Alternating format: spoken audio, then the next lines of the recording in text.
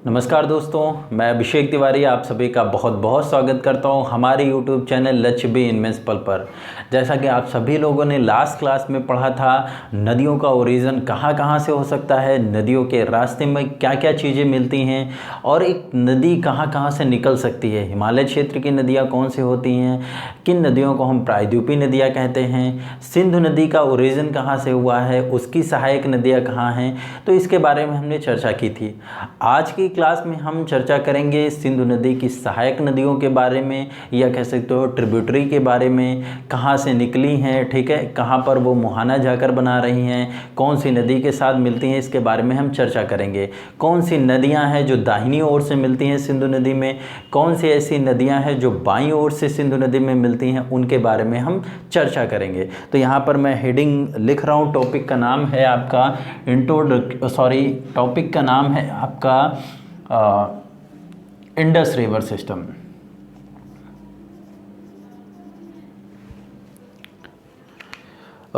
मैं यहाँ पर टॉपिक लिख रहा हूँ, टॉपिक का नाम है, सबसे पहले यहाँ पर टॉपिक का नाम लिख दे रहा हूँ। टॉपिक का नाम है इंडस रिवर सिस्टम,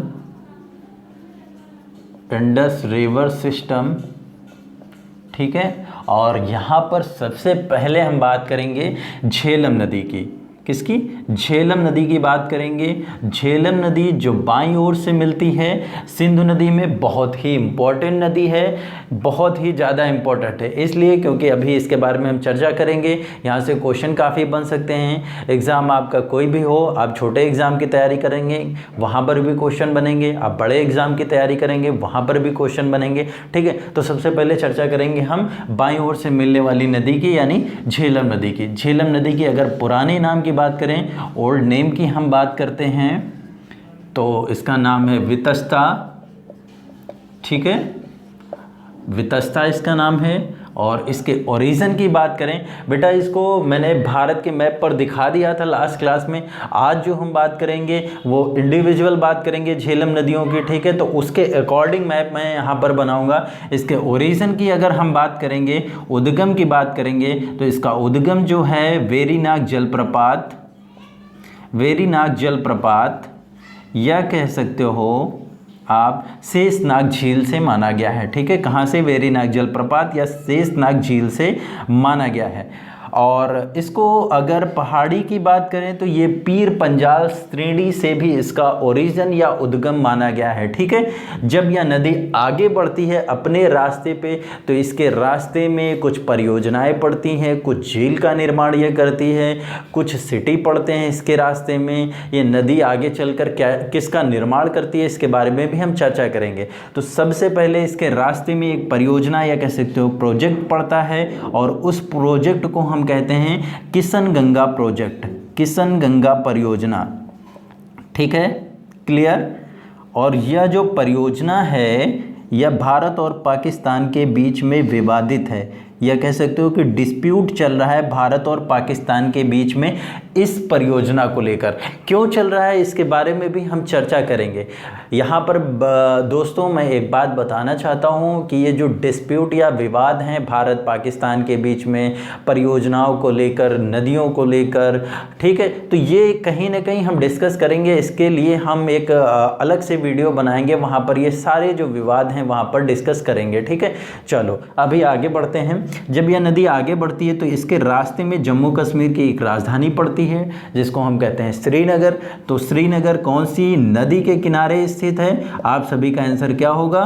श्रीनगर जो है हमारा वो झेलम नदी के किनारे स्थित है। और श्रीनगर में जैसा कि आप सभी को पता है एक झील भी है, और उस झील को डल झील कहते हैं, या कह सकते हो कि पृथ्वी का स्वर्ग, या कह सकते हो भारत का स्वर्ग भी कहा जाता है, ठीक है, डल झील को। डल झील किस लिए प्रसिद्ध है उसके बारे में भी हम चर्चा करेंगे।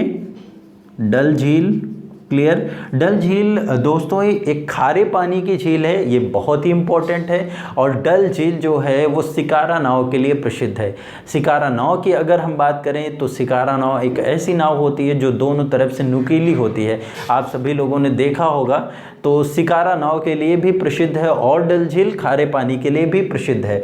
जब यह आगे बढ़ती है जब इसका जो उफान होता है या कह सकते हो बहाव काफ़ी तेज होता है तब यह काफ़ी तेज बहती है और एक और झील का निर्माण करती है और उस झील को हम कहते हैं वूलर झील।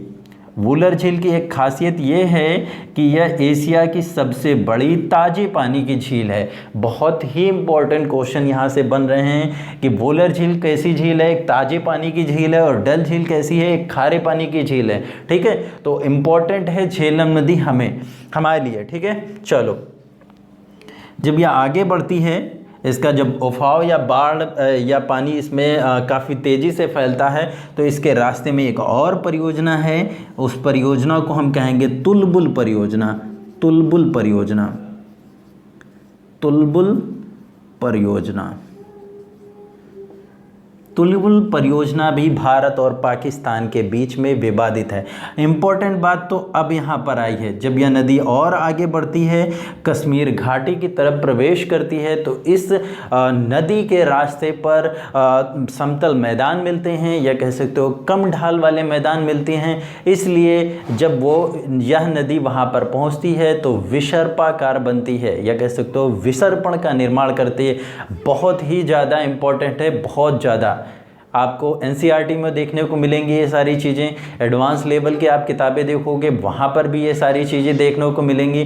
तो ये बहुत इंपॉर्टेंट है। बहुत ही कम लोगों को पता होता है कि झेलम नदी भी सर्पिला आकार में बहती है, क्योंकि लोगों को लगता है हिमालय क्षेत्र से बहती आ रही है, ढलान ज़्यादा है तो ये फ्लो ज़्यादा होगा इसलिए तेज़ बहेगी, ये सर्पिलाकार या गोखुर झील का निर्माण नहीं करेगी। लेकिन ऐसा नहीं है, हिमालय क्षेत्र की एकमात्र ऐसी नदी है जो विसर्पाकार या विसर्पण का निर्माण करती है। इसको आप कहीं ना कहीं नोट कर लो अच्छे से। ठीक है, जब यह नदी कश्मीर घाटी पहुंचती है, कश्मीर घाटी पहुंचती है तो किसका निर्माण करती है? विसर्पाकार, ऐसे जैसे सांप चलता है वैसे ये चलती है। तो यह नदी बहुत ही इंपॉर्टेंट हो जाती है। ठीक है, उसके बाद जाकर यह पाकिस्तान में एक झुंग नामक जगह है पाकिस्तान में, ठीक है, वहां पर जाकर चिनाब नदी से मिल जाती है। तो इतना हम लोगों ने अभी पढ़ा झेलम नदी के बारे में, झेलम नदी का ओरिजिन कहाँ से होता है उसके बारे में देखा। अब नेक्स्ट जो नदी आएगी उसको हम पढ़ेंगे, और नेक्स्ट जो आएगी नदी उसका नाम है चिनाब। ठीक है, और चिनाब नदी की ओल्ड नेम की बात करें, इसको मैं फटाफट रफ किए दे रहा हूँ, आई होप आपको क्लियर हुई होगी झेलम नदी। तो अब बात करेंगे हम चिनाब नदी की। चिनाब नदी के बारे में बात करें तो सबसे पहले इसके ओल्ड नेम या पुराने नाम की बात करेंगे। तो पुराना नाम इसका है अश्किनी, अश्किनी क्लियर। इसके ओरिजिन की बात करें तो इसका ओरिजिन माना जाता है उद्गम बाड़ा लाचा दर्रे से। कहाँ से? बाड़ा लाचा दर्रे से। बाड़ा लाचा दर्रे से इसका ओरिजिन है। दो सरिताएं हैं, एक का नाम है चंद्र और दूसरे का नाम है भागा, यानी दो सरिताओं से मिलकर बनी है हमारी चिनाब नदी। चिनाब नदी का ऐसे निकल जाती है। ठीक है, क्वेश्चन यहाँ से बनते हैं कि ऐसी कौन सी नदी है जो दो सरिताओं से मिलकर बनी है या दो धाराओं से उसका निर्माण हुआ है? तो आपका आंसर क्या आएगा? चिनाब नदी। कौन सी दो सरिताएं हैं? चंद्र और भागा। ओरिजिन कहाँ से हुआ है? बाड़ा लाचा दर्रे से। इम्पोर्टेंट इसमें एक बात यह है कि इस नदी के ऊपर वर्ल्ड का लार्जेस्ट रेलवे ब्रिज बनाया जा रहा है, जिसकी हाइट है 1178 फीट। 1178 फीट इसकी हाइट है। विश्व का सबसे ऊंचा रेलवे का ब्रिज इसी नदी के ऊपर बनाया जा रहा है, जो लगभग 2022 तक कंप्लीट होगा। तो 2022 तक तो इससे क्वेश्चन पूछे ही जाने हैं, और इसके बाद भी जब ये बनकर तैयार हो जाएगा तो वहाँ से भी क्वेश्चन काफ़ी मात्रा में निकलेंगे। तो ये बहुत इंपॉर्टेंट हो जाती हैं इस तरह की नदियाँ और इस तरह के पॉइंट। तो आपको ये सारी चीज़ें ध्यान में रखनी है और कहीं ना कहीं नोट करना है। ठीक है, नोट्स प्रॉपर बनाते रहो। मैं पूरी सीरीज कराऊंगा रिवर सिस्टम की, तो परेशान होने की बिल्कुल भी यहाँ पर ज़रूरत नहीं है आपको। ठीक है, चलो अब ये नदी जैसा कि हमने बताया, नदी आगे जाकर ऊपर से झेलम नदी थी। झेलम और चिनाब का कहाँ मिलन होता है? ये आपका ये चिनाब है, ये झेलम है, और झेलम और चिनाब का मिलन जो होगा जहाँ मिलेंगी वो पाकिस्तान में एक जगह है जिसको कहेंगे झुंग, झुंग में जाकर मिलती हैं। ठीक है, क्लियर। अब हम बात करेंगे नेक्स्ट जो नदी आएगी उसके बारे में। तो नेक्स्ट जो नदी है उसका नाम है रावी, और रावी नदी का उद्गम जो है वो रोहतांग पास से है। रोहतांग दर्रा नाम सुना होगा आप सभी लोगों ने। तो रोहतांग दर्रे से रावी नदी का जो है वो उद्गम है, लेकिन रावी नदी, ठीक है, रावी नदी का उद्गम रोहतांग पास के पूर्व से है। ठीक है, ये पूर्वी सिरा हो गया और ये पश्चिमी सिरा। अभी बता रहे हैं कि क्यों ऐसा हमने कहा पूर्व। तो रोहतांग पास से रावी नदी का उद्गम होता है, क्लियर। और यह जाकर ऐसे ऐसे नदी जा रही है, क्लियर। ये रोहतांग पास से रावी नदी का हमने उद्गम करवाया, ठीक है, ओके, ऑल राइट। और ऊपर से नदी जो आ रही है वो है चिनाब।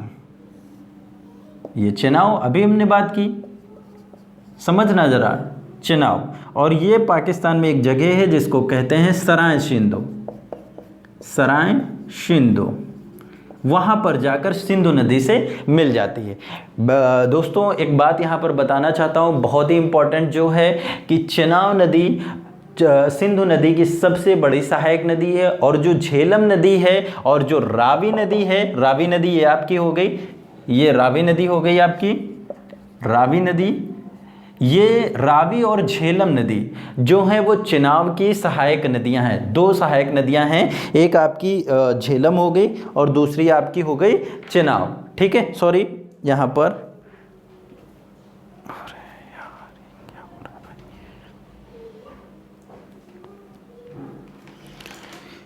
दोस्तों यहाँ पर बहुत ही इंपॉर्टेंट बात बताना चाहता हूँ कि ये जो चिनाब नदी है ये सिंधु नदी की सबसे बड़ी सहायक नदी है, और झेलम और रावी जो नदियाँ हैं ये चिनाब नदी की सहायक नदियाँ हैं। ठीक है, तो इतनी बात आप सभी लोगों को क्लियर हुई होगी।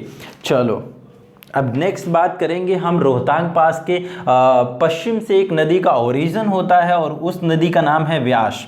व्यास नदी का ओरिजिन होता है, उद्गम होता है रोहतांग पास के पश्चिम से, और व्यास कुंड नाम की एक जगह है, व्यास कुंड नाम की एक जगह है, वहाँ से इसका उद्गम माना जाता है। और इसके रास्ते में दो सिटी पड़ते हैं, एक का नाम है कुल्लू और दूसरे का नाम है मनाली। तो ये बहुत ही इम्पोर्टेंट हैं, पूछे जाते हैं क्वेश्चन। ठीक है, और व्यास नदी इस वजह से इम्पॉर्टेंट है कि क्योंकि व्यास नदी जो है इसका ओरिजिन भारत में होता है, और जो ये एंड है या ख़त्म जहाँ पर होती है वो भी भारत में ही होती है। तो इसका जो उद्गम है और समापन है जो वो भारत में ही होता है। और भारत में कहाँ पर ये जाकर समाप्त होती है, तो जैसा कि लास्ट क्लास में हमने बताया था, हरिके नामक बैराज में व्यास नदी जाकर सतलज नदी से मिल जाती है। तो इसके बाद जो टॉपिक होगा या जिस नदी के बारे में हम पढ़ेंगे वो व्यास नदी, सॉरी सतलज नदी के बारे में हम पढ़ेंगे। दोस्तों एक बात यहाँ पर बहुत ही इम्पॉर्टेंट हो जाती है कि ये जो नदियाँ हैं इसको समझने के लिए आपको मैपिंग आना बहुत ही ज़रूरी है। मैपिंग आने के लिए आपको करना क्या होगा, घर पे एटलस रखनी होगी, आपको वहाँ से सारी चीज़ें देखनी होंगी। अगर मैंने आपको रोहतांग पास बताया या रावी नदी बताई या चिनाब नदी बताई तो आपको कहीं ना कहीं आइडिया होना चाहिए कि बात कहाँ की चल रही है। आपके दिमाग में वो मैप चलना चाहिए प्रॉपर। अगर इस तरह की चीज़ें आप नहीं कर पा रहे हो तो कहीं ना कहीं आप ज्योग्राफी में बहुत पीछे जा रहे हो। तो आई होप आपको ये टॉपिक क्लियर हुआ होगा। अब इसके बाद बात करेंगे हम सतलज नदी की, और सतलज नदी की बात करने से पहले इसको मैं जरा साफ कर देता हूं। ठीक है, सतलज नदी की बात करें, इसके ओरिजिन की बात करें या इसके पुराने नाम की बात करें, तो सतलज नदी का जो पुराना नाम है वो सतुद्री है। सतलज नदी, सतलज नदी के ओल्ड नेम की बात करें तो इसका ओल्ड नेम है सतुद्री, सतुद्री, क्लियर। और इसका जो ओरिजिन है वो राकसताल तिब्बत से हुआ है। राकसताल तिब्बत से हुआ है, क्लियर। ये तिब्बत है, तिब्बत से इसका ओरिजिन हुआ है। मानसरोवर झील के पास है ये स्थान, मानसरोवर झील, कैलाश मानसरोवर झील। ठीक है, और यहाँ से इस नदी का उद्गम होता है और ये नदी धीरे धीरे आगे बढ़ती है। इसको मैं दो भागों में डिवाइड कर लेता हूँ, ये तिब्बत का पार्ट हो गया और ये हमारा क्या है, भारत है, ठीक है। और ये भारत में कहाँ पर एंटर करती है, तो भारत में एक प्लेस है, एक दर्रा है, पास है, और उस दर्रे को हम क्या कहेंगे, शिपकिला दर्रा, यानी शिपकिला दर्रे से यह भारत में एंटर करती है, शिपकिला दर्रे से यह भारत में प्रवेश करती है, शिपकिला दर्रा से यह भारत में प्रवेश करती है। और जब ये प्रवेश करती है तो इसके रास्ते में क्या क्या चीज़ें मिलती हैं उसके बारे में हम चर्चा करेंगे। ये भी नदी बहुत ही इंपॉर्टेंट है। जब ये भारत में शिपकिला दर्रे से प्रवेश करती है तो उसके रास्ते में एक डैम बनाया गया, ठीक है, और उस डैम का जो नाम है उसका नाम दिया गया भाखड़ा नागल डैम, भाखड़ा डैम, भाखड़ा बांध, भाखड़ा बांध, भाखड़ा बांध। अब बांध बनाया गया है तो जाहिर सी बात है कि वहां पर पानी भी रोका गया होगा। अगर पानी रोका गया तो मनुष्य के द्वारा रोका गया है और ये कहीं ना कहीं एक कृत्रिम झील का निर्माण कर रहा है। तो यहाँ पर कौन सी कृत्रिम झील बनेगी, भारत की सबसे बड़ी कृत्रिम झील का निर्माण हुआ है यहीं पर, और उस झील का नाम है गोविंद सागर लेक, ठीक है, जो भारत की सबसे बड़ी कृत्रिम झील है। और ये जो भाखड़ा बांध बनाया गया है इसकी अगर हम हाइट की बात करें तो इसकी हाइट है, ये वाली जो हाइट है इसकी हाइट है 226 मीटर, ठीक है। ये बहुत ही इंपॉर्टेंट है और इंपॉर्टेंट इसलिए है क्योंकि भाखड़ा बांध जो है वो भारत का कह सकते हो कि सबसे बड़ा गुरुत्वीय बांध है, ठीक है, क्लियर। चलो आगे बढ़ते हैं। और ये जब नदी आगे बढ़ती है तो इसके रास्ते में एक और बांध बनाया गया है और उस बांध का नाम है नागल डैम, नागल बांध, नागल बांध। और उसके बाद यह नदी जाती है, फिर इसमें व्यास नदी आगे जाकर हरिके नामक बैराज में मिल जाती है। फिर यह नदी पाकिस्तान में एंटर कर मिठानकोट में सिंधु नदी से मिलकर अरब सागर में जाकर गिर जाती है, ठीक है। तो इतनी बात आप सभी लोगों को क्लियर हुई, आई होप समझ में आया होगा। यहाँ पर भी ये नदी दो भागों में डिवाइड है। इधर वाला भाग जो है ये पंजाब है, ये हिमाचल है, या कह सकते हो कि भाखड़ा बांध जो है वो हिमाचल प्रदेश में है और ये वाला भाग जो है ये पंजाब में है, ठीक है। तो आई होप आपको समझ में आया होगा सतलज नदी के बारे में। अब हम बात करेंगे दाईं ओर से मिलने वाली नदियों के बारे में। अभी तक हमने क्या पढ़ा, बाईं ओर से मिलने वाली नदियों के बारे में पढ़ा, ठीक है। यहाँ पर क्वेश्चन कैसे बनते हैं, बहुत ही इंपॉर्टेंट क्वेश्चन बनते हैं कि ऐसी कौन सी नदी है जो सिंधु नदी से बाईं ओर से मिलती है, इस टाइप के भी क्वेश्चन बनते हैं। कभी कभी ऐसे क्वेश्चन भी पूछ देते हैं कि उत्तर से दक्षिण की ओर से कौन सी नदियां हैं जो सिंधु नदी में मिल रही हैं, उनका नंबर वाइज उनका लगाओ, ठीक है। तो सबसे पहले रूप में एक क्रम वाइज लगाओ। तो आपको अगर क्रम पता है या नंबर पता है, सीक्वेंस पता है, तो आपको आइडिया होगा कि कौन सी नदी पहले आएगी और कौन सी नदी लास्ट में आएगी। तो आपके लिए आसानी हो जाएगी क्वेश्चन को हिट करने में। तो चलो हम बता देते हैं कि उत्तर से दक्षिण के क्रम में अगर आ गया इस टाइप का क्वेश्चन तो कैसे याद करोगे। तो सबसे पहले हमारी कौन सी नदी मिली थी, झेलम मिली थी। झेलम के बाद हमने चिनाव पढ़ी, चिनाव के बाद रावी पढ़ी, रावी के बाद व्यास पढ़ी, व्यास के बाद हमने पढ़ी सतलज। तो ये 5 नदियां हैं जो उत्तर से दक्षिण के क्रम में हैं, जो मिल रही हैं सतलज सिंधु नदी से, जो सिंधु नदी से मिल रही हैं उत्तर से दक्षिण के क्रम में। अब हम बात करेंगे कुछ महत्वपूर्ण नदियों की जो दाहिने सिरे से मिल रही हैं सिंधु नदी में। चलो फटाफट इसको हम साफ कर लेते हैं, उसके बाद हम बात करेंगे दाहिने छोर से कौन कौन सी नदियां मिल रही हैं। तो सबसे पहले दाहिने छोर से जो नदी मिलेगी उस नदी का नाम है श्योक नदी। और श्योक नदी के ओरिजिन की अगर हम बात करें तो इसका ओरिजिन जो हुआ है श्योक नदी का ओरिजिन हुआ है रीमो ग्लेशियर से। कहां से हुआ है, रीमो ग्लेशियर से। और रीमो ग्लेशियर को टंक्स ऑफ सियाचिन ग्लेशियर भी कहते हैं, यानी सियाचिन ग्लेशियर की जीभ भी कहते हैं। कैसे कहते हैं इसको हम बताते हैं जरा। ये सियाचिन है, ठीक है, ये सियाचिन ग्लेशियर है, और इसी के जस्ट नीचे है रीमो ग्लेशियर, जहां से ओरिजिन हुआ है किसका, श्योक नदी का, जो आकर सिंधु नदी में मिल जाती है। सिंधु नदी हमारी ऐसे आ रही है, क्लियर, यहाँ पर मिल जाती है, और ये ग्लेशियर कौन सा है, रीमो ग्लेशियर, जिसको कहते हैं टंग्स ऑफ सियाचिन ग्लेशियर या सियाचिन ग्लेशियर की जीभ बोलते हैं। क्लियर हो गया। और यहाँ से जो सियाचिन ग्लेशियर है, यहाँ से भी एक नदी का ओरिजिन होता है, और उस नदी को हम कहते हैं नुब्रा।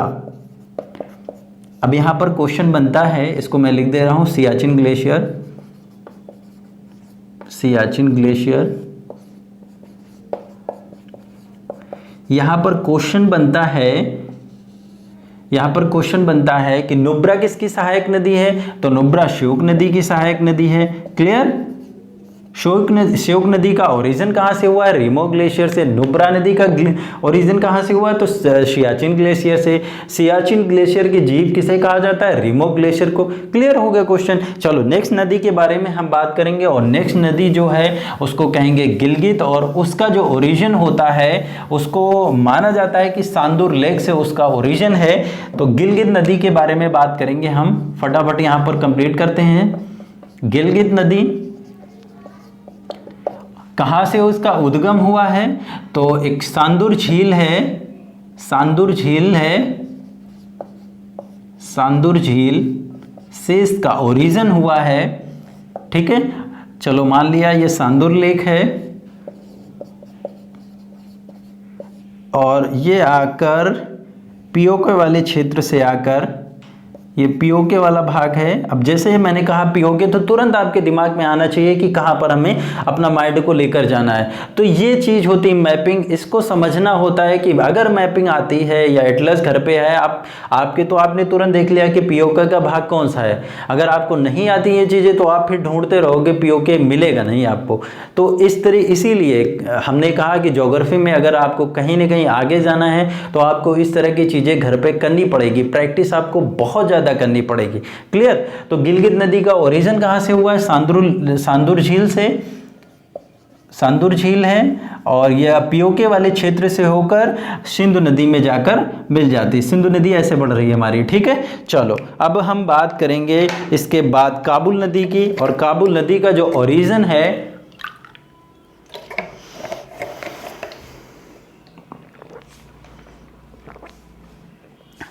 काबुल नदी का जो ओरिजिन है वो हिंदुकुश माउंटेन से है। काबुल नदी, इसको हम साफ कर लेते हैं फटाफट। काबुल नदी का जो ओरिजिन है, उद्गम है, वो हिंदुकुश माउंटेन से है। काबुल नदी, ठीक है। ओरिजिन की बात करें तो कहाँ से है, हिंदुकुश माउंटेन पर्वत से माना जाता है इसका ओरिजिन। और ये आपका माउंटेन हो गया, यहाँ से एक नदी निकली, और ये नदी निकल रही है ये, ठीक है। ये पर्वत का नाम लिख दिया मैंने यहाँ पर। इसके रास्ते में दो सहायक नदी मिलती हैं, एक को कहेंगे कुन्नार और दूसरे को कहेंगे स्वात। बहुत ही इंपॉर्टेंट है, अभी बताते हैं क्यों। और आगे चलकर ये कहाँ पर, पाकिस्तान में जाकर सिंधु नदी से मिलती हैं। ये सिंधु नदी नीचे बह रही है, ठीक है। अब ऊपर से जो नदियाँ आएंगी वो दाहिनी छोर से मिलने वाली नदियाँ होंगी। स्वात और कुन्नार नदी इसलिए इम्पॉर्टेंट है क्योंकि ये जो काबुल नदी है, अगर इसकी डिस्टेंस की बात करें तो ये 700 किलोमीटर के आसपास ट्रेवल करती है, जिसमें 540 किलोमीटर के आसपास ट्रेवल करती है अफगानिस्तान में, ठीक है, और 160 किलोमीटर के आसपास ट्रेवल करती है पाकिस्तान में, ठीक है। अब होता क्या है, ये जो स्वात और कुन्नार नदियां हैं इनको पाकिस्तान का स्वर्ग कहा गया है। क्यों ऐसा कहा गया है? बेसिकली देखा जाए तो स्वात नदी को ही कहा गया है पाकिस्तान का स्वर्ग, क्योंकि इस नदी के द्वारा जो पानी लाया गया है उससे पाकिस्तान में गेहूं और गन्ने की फसल उपजाऊ होती है, या कह सकते हो अच्छी मात्रा में पैदा होती है। इस वजह से स्वात नदी को पाकिस्तान का स्वर्ग कहा जाता है। एक पॉइंट और यहाँ पर बहुत ही इंपॉर्टेंट है, पाकिस्तान में दुनिया का सबसे बड़ा नहरों का तंत्र है, यानी सबसे ज़्यादा नहरें किसके पास हैं, वो पाकिस्तान के पास हैं। चलो ठीक है, इतनी बात क्लियर हुई। अब बात करेंगे आगे, हम इसको हटा देते हैं और उसके बाद फिर हम बात करेंगे गोमल नदी के, और उसका ओरिजिन होता है सुलेमान श्रेणी से। क्लियर? गोमल नदी का जो ओरिजिन होता है वो सुलेमान श्रेणी से होता है, और ये दाईं ओर से मिलने वाली लास्ट इंपॉर्टेंट नदी है। गोमल नदी की बात करेंगे तो गोमल नदी का ओरिजिन कहाँ से होता है? सुलेमान श्रेणी से।